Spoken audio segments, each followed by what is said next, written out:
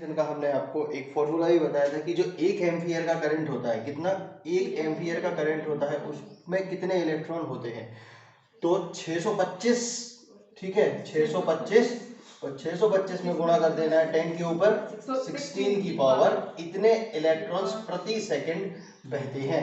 1 ampere में 625 into 10 to the power 16 की power लगा दे तो इतने इलेक्ट्रॉन प्रति सेकंड घूमते हैं। तो इसीलिए जब भी हमको जरा सा भी अपन टच कर देते हैं ना तो जोरदार जो झटका घलता है वो इसीलिए घलता है, इतने सारे इलेक्ट्रॉन जहां भी, जैसे अगर मैंने उसमें सॉकेट में हाथ लगाया तो वो इलेक्ट्रॉन क्या करेगा, एक से भले 1 सेकंड के लिए लगाया तो उतने सारे इलेक्ट्रॉन यहाँ से घुसेंगे, यहाँ से घुसेंगे, सीधे निकलेंगे और अर्थिंग उनको कहाँ मिल जाएगी, ये तो फेज है, और न्यूट्रल कहाँ मिल जाएगा उसको, अर्थ में मिल जाएगा। ठीक है, ये मेरा पर्सनल अर्थ है, गवर्नमेंट वाला अर्थ नहीं है। जो भी मैं जमीन पे चल रहा हूँ वो मेरा पर्सनल अर्थ है भाई, डायरेक्ट टच है ना।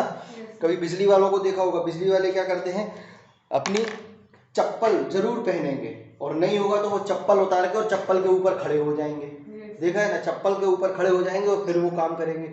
वो क्योंकि उनको अगर फेस का तार उनसे टच भी हो जाता है तो भी उनको न्यूट्रल नहीं मिलेगा, है ना। जब न्यूट्रल नहीं मिला तो वो इलेक्ट्रॉन पास ही नहीं हो पाएगा, जब तक पास नहीं होगा उसको लौटने का रास्ता, करंट को जब तक लौटने का रास्ता नहीं मिलेगा तब तक वो हमको झटका नहीं देगा। अब अपन देखते हैं कि बिजली बनती कैसे है, करंट जनरेट कैसे होता है, इतने सारे इलेक्ट्रॉन एक साथ कैसे आते हैं।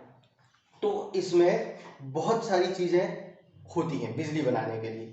बिजली बनाने के लिए सबसे पहले अपन देखते हैं जो जनरली बहुत ज़्यादा स्तर पे जो इस्तेमाल होता है वो होता है थर्मल पावर स्टेशन। कौन सा होता है, थर्मल पावर स्टेशन। उसके बाद दूसरे नंबर पर आता है हमारा हाइड्रल पावर स्टेशन। कौन सा आता है, hydel power station. Thermal power station में क्या होता है, ताप के कारण, आग के कारण, ताप सुना है ना, ताप विद्युत केंद्र, तो ताप से, उस ताप से हम बिजली बनाते हैं। अब ताप काय से दी जाती है, तो उसके अभी तो पहले सिर्फ कोयले से ही बनाते थे, कोल बेड से ही बनाते थे, और आज भी अगर हम देखें तो जो क्लासिक बिजली बनती है वो कोल से ही बनती है, जो हमारी पूर्ति, जो हमारी मांग को पूरा कर पाए। तो वो सबसे ज़्यादा बिजली जो बनती है वो ताप विद्युत से ही बनती है। पर अब जो है, क्योंकि जो कोल है वो तो एक लिमिटेड है, वो अक्षय ऊर्जा नहीं है, है ना, वो रिन्यूएबल सोर्सेज नहीं है, वो नॉन रिन्यूएबल सोर्स है, वो वापस से पैदा नहीं होगा पर वो कई हजारों लाखों साल बाद वो पैदा होगा। ठीक है, तो अब हम अल्टरनेट सोर्सेज की तरफ बढ़ रहे हैं। अल्टरनेट सोर्सेज मतलब जो रिन्यूएबल सोर्सेज हैं, जैसे कि hydel power station. Hydel power station भी बहुत बड़े बड़े बन गए हैं, है ना। हाइड्रल पावर स्टेशन में क्या होता है, पानी के बहने की जो काइनेटिक एनर्जी होती है उससे हम इलेक्ट्रिसिटी बनाते हैं, तो उसको हम कहते हैं हाइड्रल पावर स्टेशन। ठीक है, फिर नेक्स्ट होता है हमारा सोलर, फिर उसके बाद आता है परमाणु, न्यूक्लियर रिएक्टर। न्यूक्लियर रिएक्टर से भी हमारी बहुत सारी मांग बिजली की पूरी हो जाती है। ठीक है, वो सेफ, अगर उसको हम सेफली यूज़ करें तो बहुत सेफ भी है, बट अगर कोई दुर्घटना होती है तो बहुत ज़्यादा हानिकारक भी है। ठीक है, बहुत ज़्यादा हानिकारक भी है। पर फिर भी धीरे धीरे करके अभी तक हमारे यहाँ 6 खुल गए हैं। अब और भी प्रोजेक्ट पर काम चल रहा है कि न्यूक्लियर रिएक्टर और लगाया जाए जिससे कि हमारी बिजली की मांग को पूरा किया जाए। जो न्यूक्लियर रिएक्टर होता है उसमें हम यूरेनियम प्लूटोनियम का इस्तेमाल करते हैं, ठीक है, बिजली बनाने के लिए। फिर हमारा नेक्स्ट आता है सोलर एनर्जी। सोलर एनर्जी का भी अभी तक ऐसा हो रहा था कि जब हम लोग पढ़ाई करते थे जब कहा जाता था कि ये पूरी शर्ट के बटन मात्र सोलर एनर्जी का प्रयोग या प्रोडक्शन हमारे देश में होता है। बट अब धीरे धीरे इस प्रथा को बदला जा रहा है, लोग बाग अपनी मानसिकता को बदल रहे हैं। अभी आपने देखा होगा गवर्नमेंट ने एक स्कीम भी चलाई थी कि अगर आप अपने छतों पे या घर में सोलर पैनल लगाते हैं तो आपके घर की पूरी बिजली की मांग तो पूरी होगी ही होगी, साथ में जो एक्स्ट्रा बिजली बचेगी आप उसको गवर्नमेंट को बेच भी सकते हैं।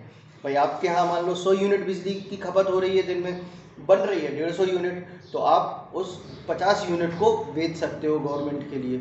आजकल जो इन्वर्टर आ रहे हैं, इन्वर्टर भी देखे होंगे, पहले ट्रेडिशनल इन्वर्टर आते थे, आपके घर की बिजली लेते थे और उससे पूरे घर में सप्लाई देते थे। मेन जो घर की बिजली थी ना, बिजली का सोर्स, वहाँ से बिजली लेता था और फिर पूरे घर में वो सप्लाई देता था। अब कैसा आता है, अब वो आपकी छत पे लगा देंगे, पैनल लगा देंगे, 2 या 4 पैनल लगा देंगे, उसको कनेक्ट कर देंगे इन्वर्टर से, जितनी बिजली बनेगी सोलर से वो डायरेक्ट आपके घर में सप्लाई हो जाएगी। ठीक है, और क्या करेगा, वो पहले अपनी बैटरी को फुल चार्ज करेगा, जैसे ही फुल चार्ज हुआ देन वो घर में सप्लाई देने लगेगा, पूरे घर में आपकी बिजली की सप्लाई होगी। मतलब डायरेक्ट सोलर से बिजली बनी, इन्वर्टर तक आई, इन्वर्टर ने अपना पेट भरा और उसके बाद वो बिजली आपको दे दी।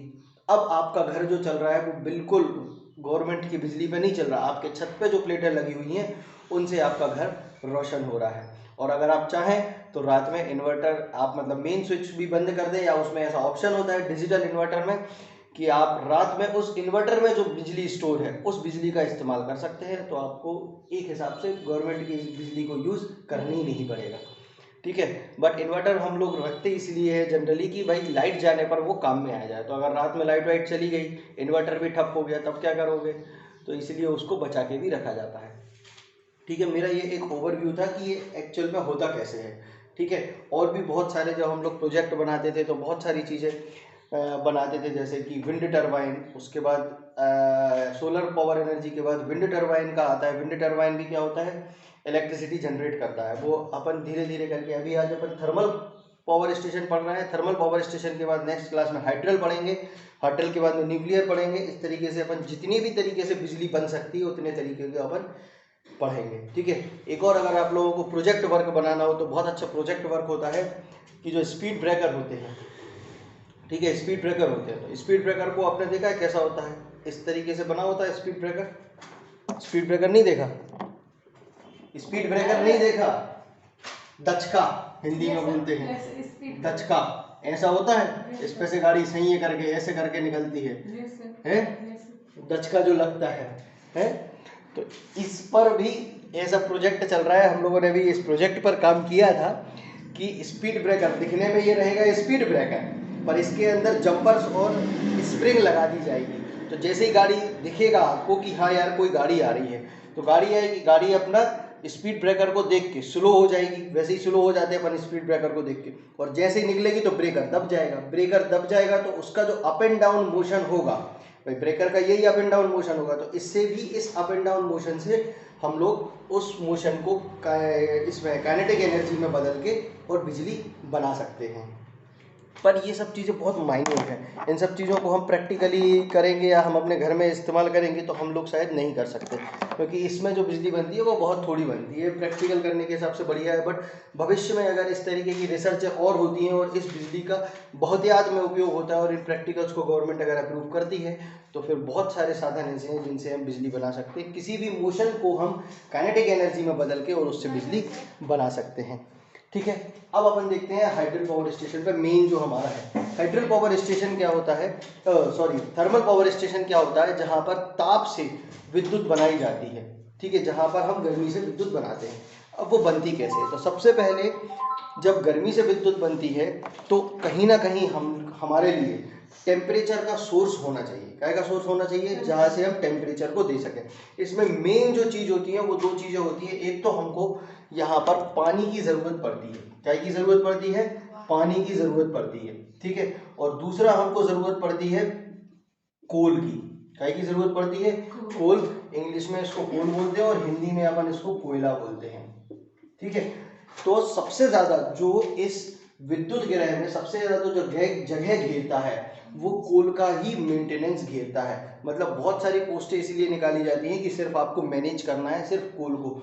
आप ये समझ लें कि 4 गाड़ी कोल, 4 गाड़ी कोयला, 4 मालगाड़ी जो होती है ना, 4 मालगाड़ियों बराबर कोयला उसको हर दिन स्टोर करके रखना होता है कि इतना हमारा रिजर्व में कम से कम रहना चाहिए, तब जाके ये ऑपरेट होता है। अब आप एक इमेजिन करें कि ये सपोज करो पूरे के पूरे एरिया में कोयला ही कोयला भरा हुआ है। कोयला कैसा, ऐसा लुड्डे जैसा होता है, ठीक है। और जनरली जो कोयला इसमें इस्तेमाल किया जाता है, लकड़ी का तो बहुत कम इस्तेमाल होता है, पत्थर का कोयला ज़्यादा यूज होता है, ठीक है, क्योंकि हमको बहुत ज़्यादा मात्रा में चाहिए, बहुत ज़्यादा।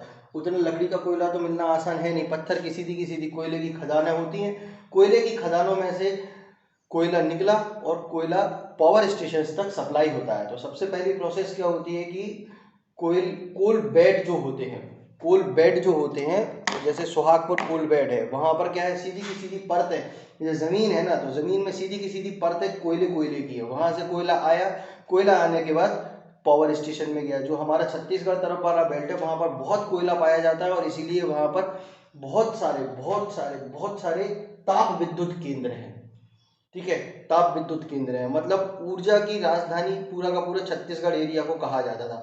इसीलिए जब मध्य प्रदेश से छत्तीसगढ़ पृथक हुआ था तो सबसे ज़्यादा चिंता की बात यही थी कि जो एनर्जी का सोर्स है वो तो पूरा का पूरा छत्तीसगढ़ के पास चला जाएगा, पूरे के पूरे मिनरल्स जो है वो वहाँ पाए जाते हैं। आप देखना अलग ही वहाँ पे जब अपन जाते हैं तो अगर मान लो ट्रेन में बैठे हुए हैं और ट्रेन सिर्फ पास होके मान लो रीवा, छिंदवाड़ा, सिंगरौली होते हुए अगर जा रही है तो आप ऐसे खरोचना आपको पूरा का पूरा कोल आ जाएगा। इतना भयंकर वहां पर कोयले का काम होता है, इतना कोयला निकलता है। पूरा बेड ही जमीन ही कोयले की है ना, पूरा का पूरा कोल बेड ही जमीन ही कोयले की वहां से निकलता है और यहाँ पर कोल बेड पर आता है।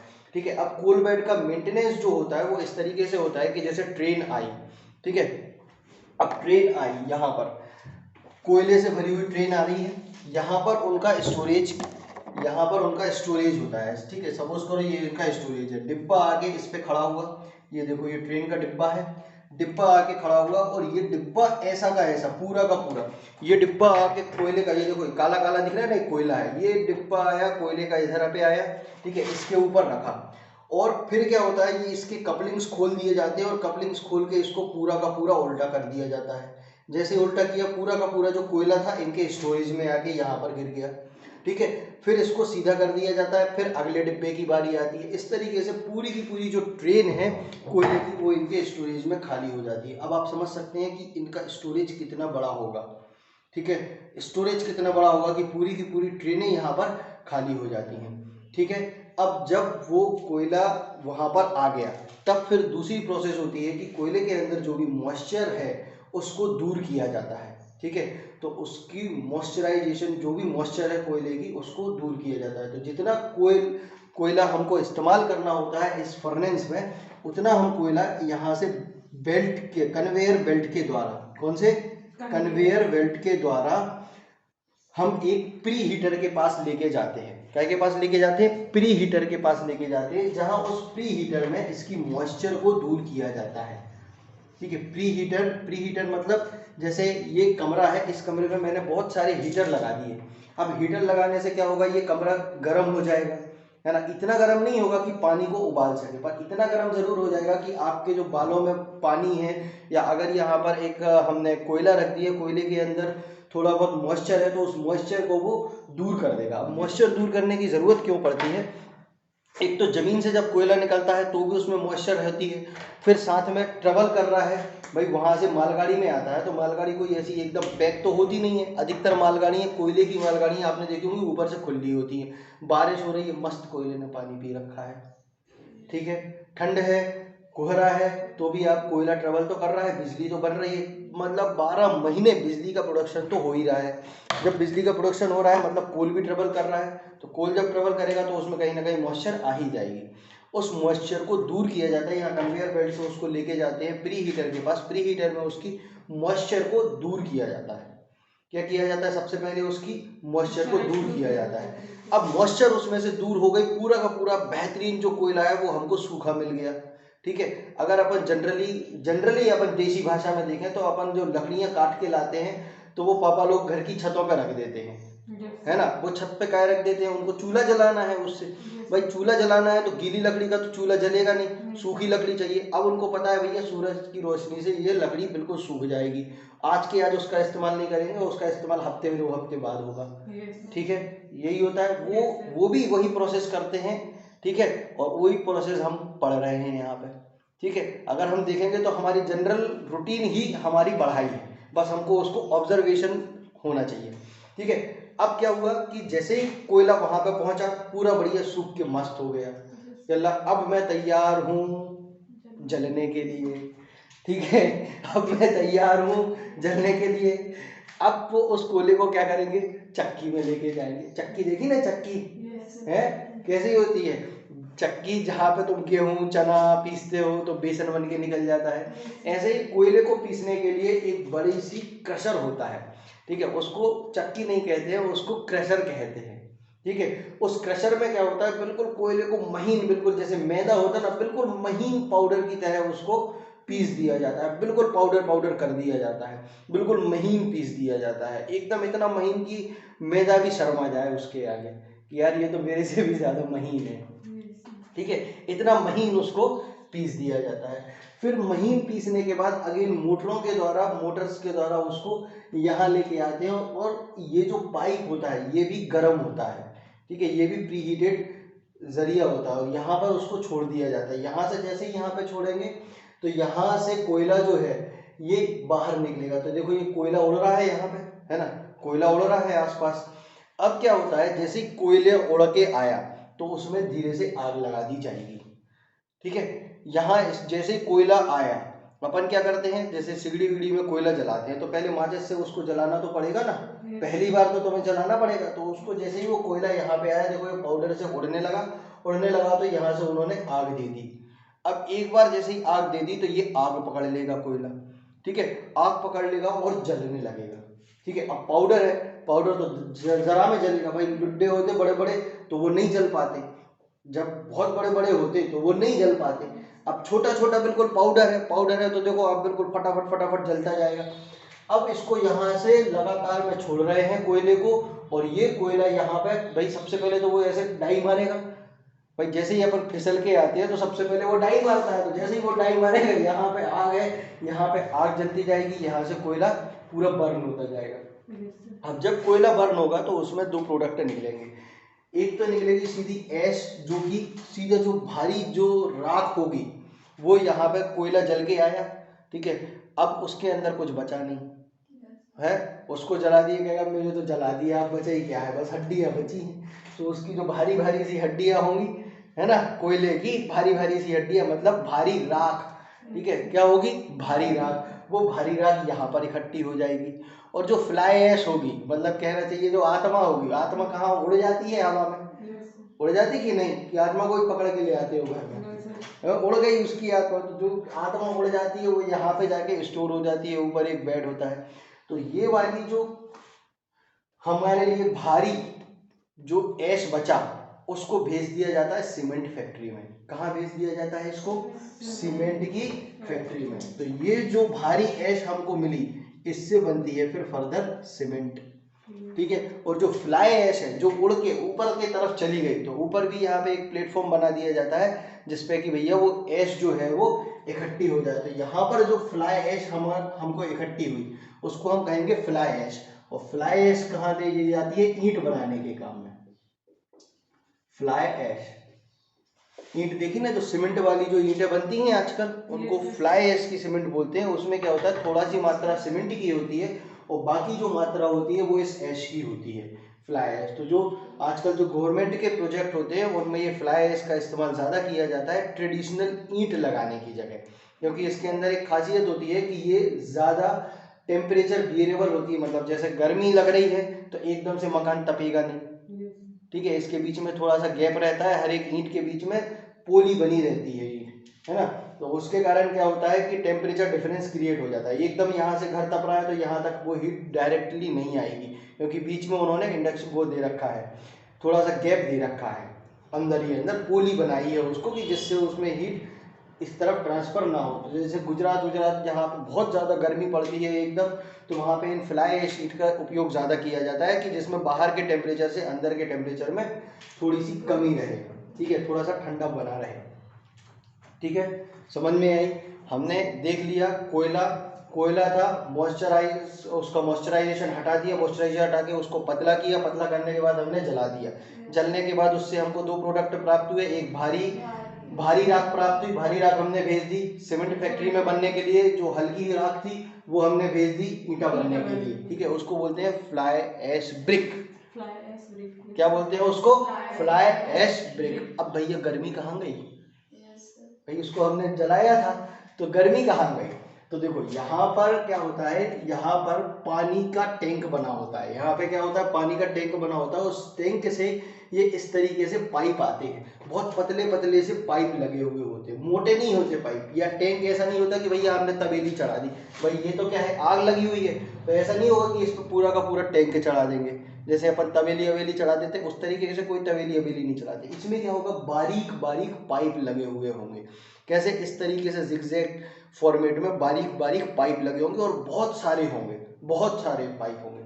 अब क्या होगा, पानी यहाँ से आया, ठंडा पानी यहाँ से आया, अब पानी कहाँ से आता है, ये सपोज करो ये ऊपर टैंक में चला गया, अब मान के चले हम टैंक से पानी इसमें आया, अब जैसे ही पानी इसमें आया यहाँ से उसको डायरेक्ट हीट मिल रही है, यहाँ पे आके गर्म होगा, यहाँ आते आते उसको इतना गर्म हुआ कि ये वेपर में चेंज हो गया, अब उस वेपर को भी और आग मिल रही है तो वो और ज़्यादा गर्म हो रहा है और भग रहा है। भाई क्या होता है, पानी है, पानी भाप में बदला।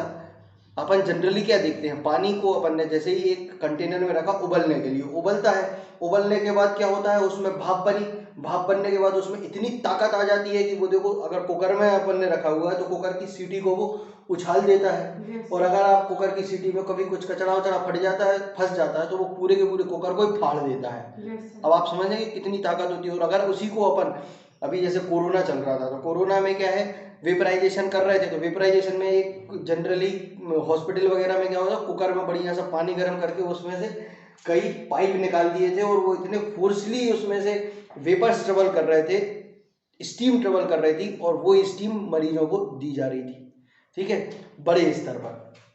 तो ऐसे ही क्या होगा, यहाँ पर अब जो वाटर के वेपर्स बन रहे हैं वो गर्म होंगे, गर्म होंगे, गर्म होने के साथ साथ बहुत हीट होगी, सुपर हीटेड हो जाएंगे, और सुपर हीटेड होने के बाद स्टीम का रूप ले लेंगे, और स्टीम क्या होगी, बहुत तेज रफ्तार में आगे बढ़ेगी, क्योंकि उसके अंदर से मॉइस्चर तो खत्म हो गया, मॉइस्चर खत्म हो गया, और यहाँ से लगातार में पानी का सप्लाई उसको मिल रहा है, लगातार में पानी आ रहा है, पानी यहाँ से गर्म होकर बहुत सारी स्टीम, यहाँ तक जब स्टीम आती है तो बहुत ज़्यादा हाईली सुपर हीटेड स्टीम हमको मिलती है।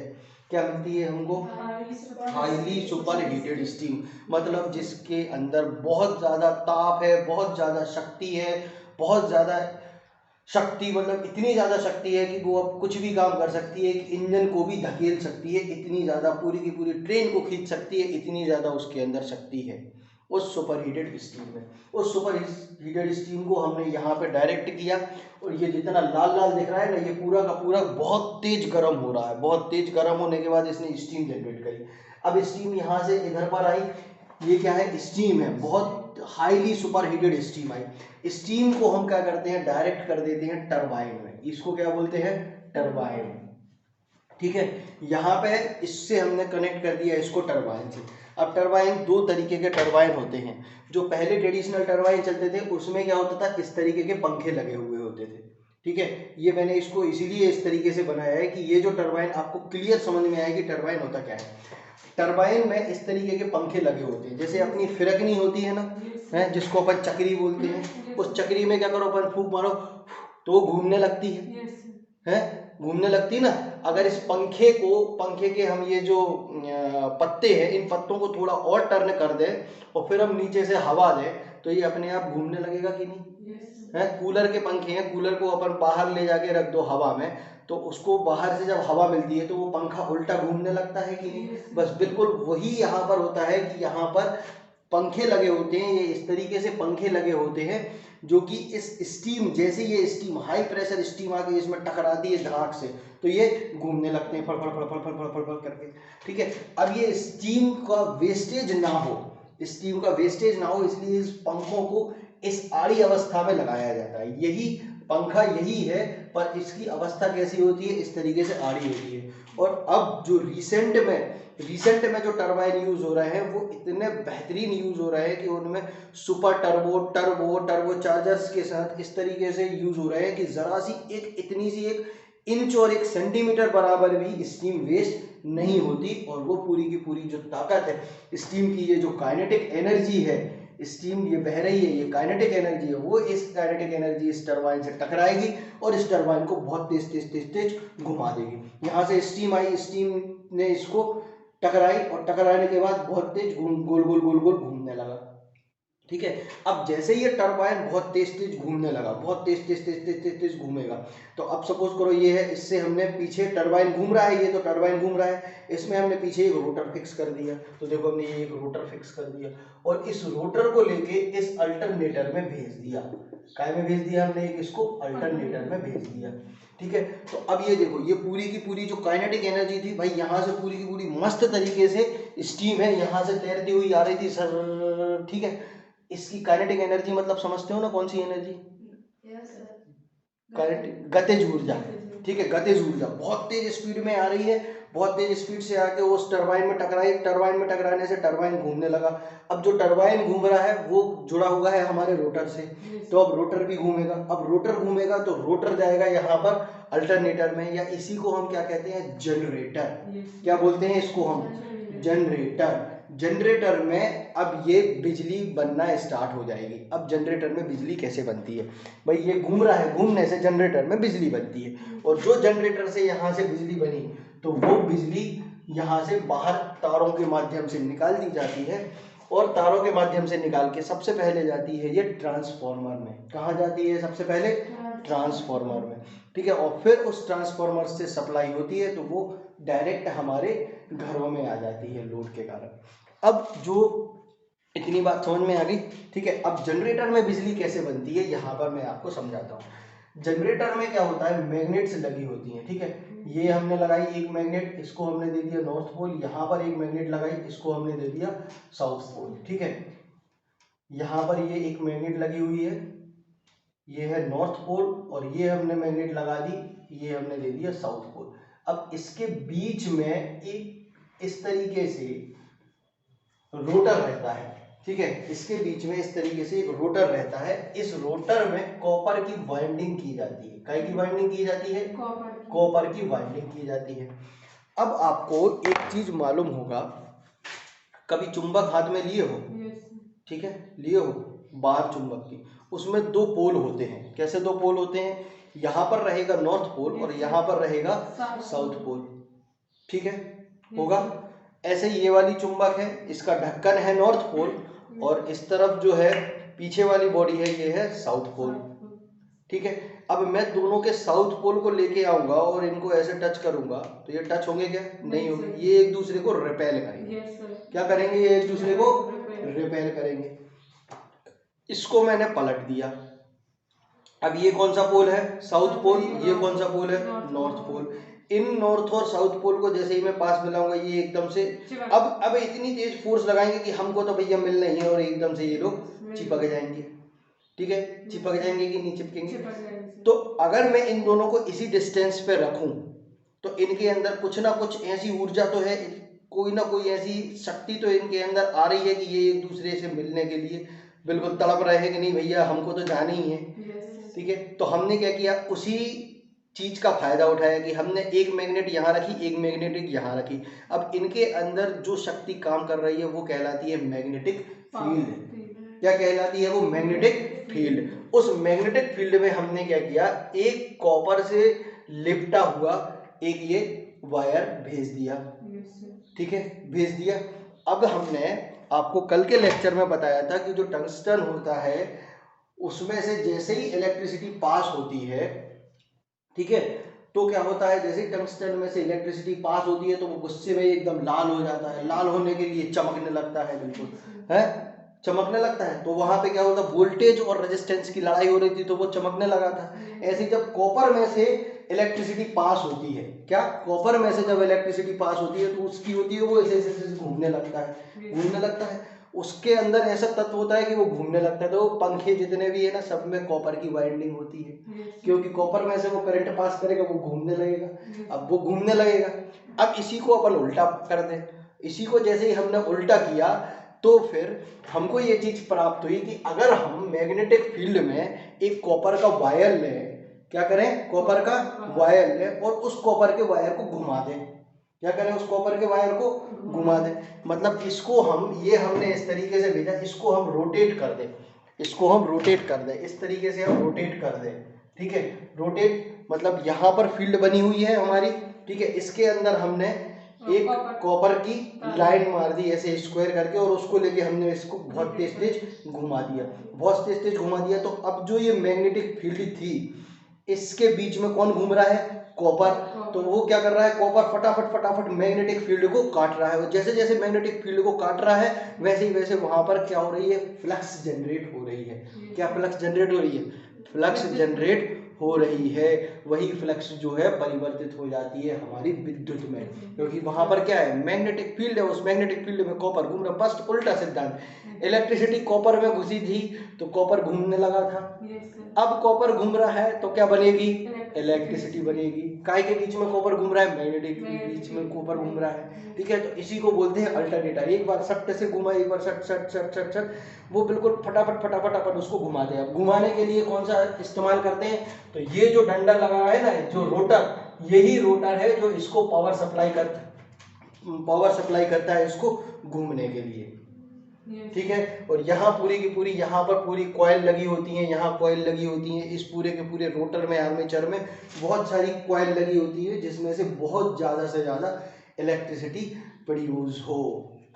तो बात समझ में आई कि कैसे इलेक्ट्रिसिटी प्रोड्यूस हो जाएगी। अब उस मैग्नेटिक फील्ड में अगर हमने कॉपर को घुमाया, कॉपर को घुमाने से क्या होगा, इस फील्ड में यहाँ से यहाँ तक रेस जा रही है, ये दूसरा मैग्नेटिक फील्ड है, दोनों एक दूसरे के पास आना चाह रही है, पर अपन ने इनको पास नहीं आने दिया, दूर रखा, और उसके बीच में हमने क्या डाल दिया, कॉपर की वाइंडिंग डाल दी। कॉपर की वाइंडिंग डाल के हमने उसको रोटर से घुमा दिया। जो एनर्जी हमको यहाँ टरबाइन से मिल रही थी, उस टरबाइन की एनर्जी को हमने रोटेटर एनर्जी में परिवर्तित कर दिया और उसको लेके घुमा दिया। उसको घुमाने से क्या हुआ, फ्लक्स जनरेट हुआ, फ्लक्स जनरेट होने से इलेक्ट्रिसिटी प्रोड्यूस हो गई, जनरेट हो गई। अब उस इलेक्ट्रिसिटी को हम फिर ट्रांसफार्मर के जरिए घरों तक भेजते हैं। तो सबसे पहले जो ट्रांसफार्मर हम यूज करते हैं, जो जस्ट पावर हाउस में ही लगा होता है, वो होता है स्टेप अप ट्रांसफार्मर। कौन सा transformer, step up transformer. Step up transformer क्या करता है, करंट होता है बहुत ज़्यादा, अब यहाँ पे करंट प्रोड्यूस हुआ, उस पूरे के पूरे करंट को अगर हम उसी तरीके से भेजेंगे तो इतने पतले से वायर में तो वो जा नहीं पाएगा, क्योंकि इसमें क्या होगा, करंट जब बहेगा तो वो रेजिस्टेंस पैदा होगा, रेजिस्टेंस पैदा होगा तो उससे गर्मी पैदा होगी, गर्मी पैदा होने से क्या होगा, हमारा करंट का लॉस हो जाएगा, बहुत अत्यधिक करंट का लॉस होने लगेगा। पता चली हम बना रहे हैं 100 में और घर तक पहुँचते पहुँचते बच रहा है 5, तो कोई काम का, पूरी मेहनत बेकार। तब हम क्या करते हैं, एक सिद्धांत लागू करते हैं कि इस करंट की जो एम्पियर है वो कम रह देते हैं, इसके वोल्टेज को हम बढ़ा देते हैं। तो अब जब भी पावर हाउस से बिजली निकलती है तो वहाँ पर एक ट्रांसफार्मर लगा होता है, बहुत एक नहीं, आपको दिखेगा बहुत बड़ा ट्रांसफार्मर होता है। अपन वो ट्रांसफार्मर के चैप्टर में पढ़ेंगे कि ट्रांसफार्मर कैसे होता है, क्या काम करता है। अभी हम सैद्धांतिक रूप में पढ़ते हैं कि जो ट्रांसफार्मर होता है वो स्टेप अप ट्रांसफार्मर होता है, जो लगा होता है पावर हाउस में। स्टेप अप ट्रांसफार्मर क्या करेगा, वोल्टेज को बढ़ा देगा, एकदम क्या करेगा, वोल्टेज को बढ़ा देगा। अब वोल्टेज बढ़ गया, अब करंट तो बह नहीं रहा, तार में से क्या जा रहा है, वोल्टेज जा रहा है, वोल्टेज को कोई दिक्कत है नहीं।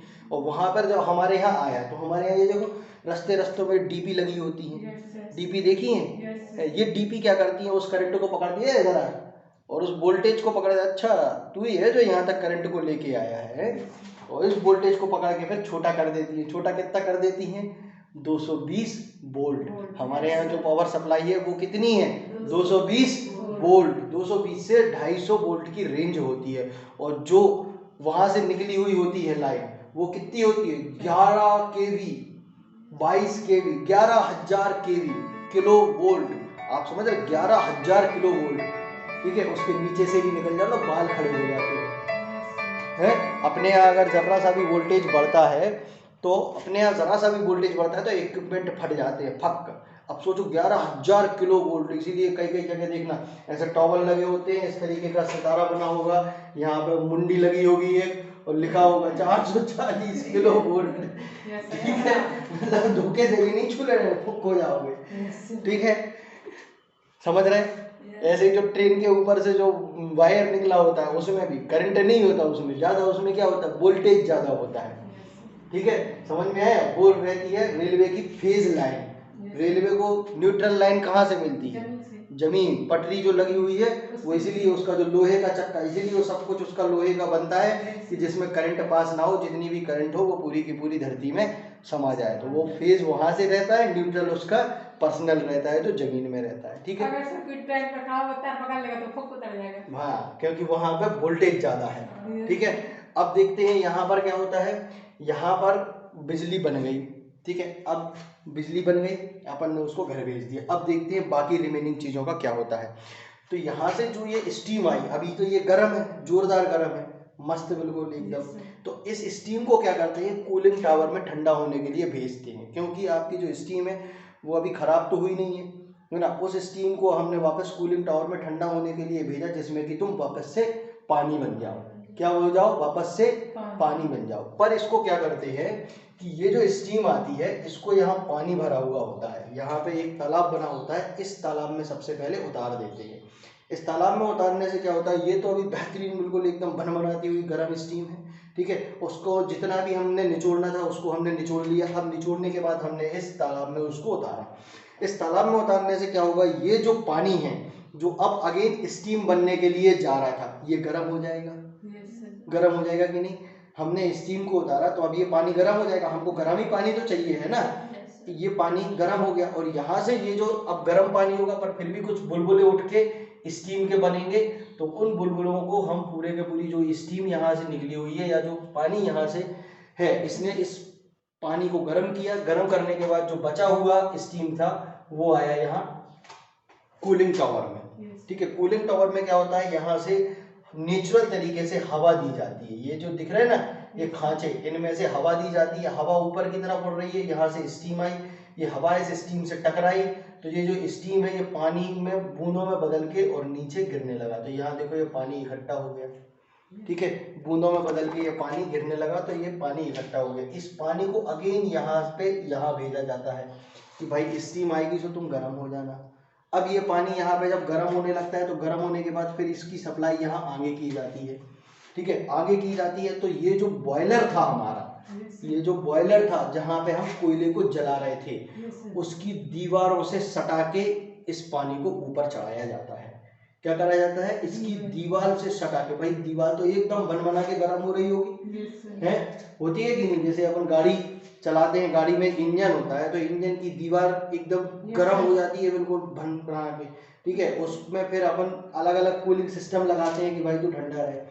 तो यहाँ पे इन्होंने क्या किया, वो ठंडा वंडा करने का सिस्टम हटाया और यहाँ इन्होंने कहा कि भैया तुम तो सीधा पानी लो और इसकी दीवार से चढ़ा दो। तो अब देखो ये पानी भी जब इसकी दीवार से सट के चलेगा तो एकदम गर्म हो जाएगा बेहतरीन, और गर्म होने के बाद यहाँ ऊपर एक टैंक अवस्थित होगा, उस टैंक में आके स्टोर हो जाएगा। यहाँ जो टैंक लगा होगा उस टैंक में स्टोर हो जाएगा। तो देखो ये पानी यहाँ से आया और यहाँ से इस वाली दीवार में भी ये पूरा का पूरा पानी लिया और यहाँ इस टैंक में आके चढ़ गया। तो अपन ने क्या किया, उसकी गर्मी को कहीं भी वेस्ट नहीं होने दिया।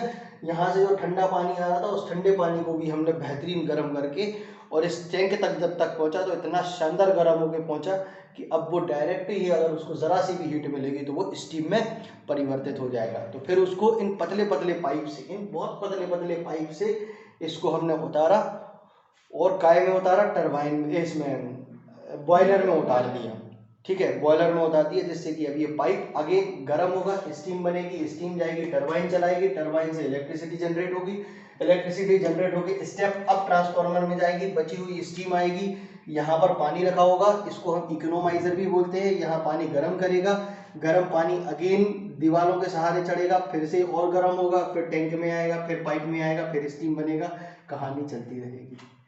हमको सिर्फ सप्लाई देनी है, तो काय की देनी है, कोल की सप्लाई यहाँ से हमको जारी रखनी है, तो वो रखनी है काय की, कोल की सप्लाई यहाँ से जारी रखनी है, जिसको पल्वराइज्ड कोल कहते हैं। पल्वराइज्ड कोल कौन सा कोल होता है, जो कि जिसमें मॉइस्चर नहीं होता है और उसको हमने बिल्कुल बारीक पीस दिया होता है, बिल्कुल बारीक, जो अपन टेल्कम पाउडर लगाते हैं ना उस उतना महीन और उससे भी ज़्यादा महीन हमने उसको कर दिया होता है, पीस दिया होता है, तो उस कोल से ये जलने में आसानी होती है, ठीक है, एकदम जल जाता है बेहतरीन तरीके से और फिर उसमें वो अपना गर्म कर देता है पूरे के पूरे को। जो बचा हुआ भारी जो कोल की ऐश होती है वो सीमेंट बनाने के लिए काम में आती है, और जो हल्की वाली ऐश जो ऊपर उड़ गई होती है, ठीक है, उसको पकड़ के फ्लाई ऐश ब्रिक बनाने के काम में आती है। आई होप कि आपको ये पूरा का पूरा थर्मल पावर जनरेशन स्टेशन समझ में आ गया होगा कि कैसे काम करता है, कैसे आग लगती है, कैसे पानी का हम सदुपयोग करते हैं उसको वेपराइजेशन करने के लिए। उसको वेपराइजेशन करने के बाद हमने उसमें हीट बनाई, स्टीम बनाई, स्टीम से परिवर्तित करके टरबाइन चलाया, टरबाइन चलाने के साथ अल्टरनेटर चलाया, अल्टरनेटर ने बिजली कैसे बनाई, मैग्नेटिक फील्ड के बीच में कॉपर को घुमा दिया तो उससे आपकी बिजली जनरेट होने लगी। डायनेमो देखा है ना, साइकिल में डायनेमो लगा होता है, पहले लगाते थे, अब नहीं लगाते। डायनेमो नहीं देखा, साइकिल में लगा होता था पहले, पहले की साइकिलों में लाइट लगी होती थी आगे, देखिए लाइट देखिए है, देखिए। अब पापा से दादा से पूछना कि पापा वो जो लाइट लगी रहती थी साइकिल में वो कैसे जलती थी, भाई पहले बैटरी थी क्या, बैटरी नहीं थी पहले। तब वो क्या करते थे कि साइकिल में एक आगे लाइट लगाई, उसका तार लिया पीछे तक डायनेमो तक लेके आए। डायनेमो जो था जहाँ ब्रेक लगा होता है वहीं उसमें ब्रेक जैसे ये रबड़ जैसे मटेरियल से डायनेमो उस चक्के में टच कर देते थे। जैसे ही चक्का घूमता था तो वैसे डायनेमो घूमता था, जैसे ही चक्का घूमा डायनेमो घूमा, डायनेमो घूमने से बिजली बनी, बिजली बनी तो उस बिजली से डायरेक्ट लाइट जलने लगी, डायरेक्ट लाइट सप्लाई होती थी। हाँ मिल जाएगा डायनेमो, डायनेमो कहीं भी मिल जाएगा डायनेमो, ठीक है। तो उससे और उसको क्या करते थे, दिन में उसको ऐसा कर देते थे तो वो दिन भर नहीं जलती थी लाइट, रात में उसको ऐसा कर दिया तो वापस सटा दिया चक्के से।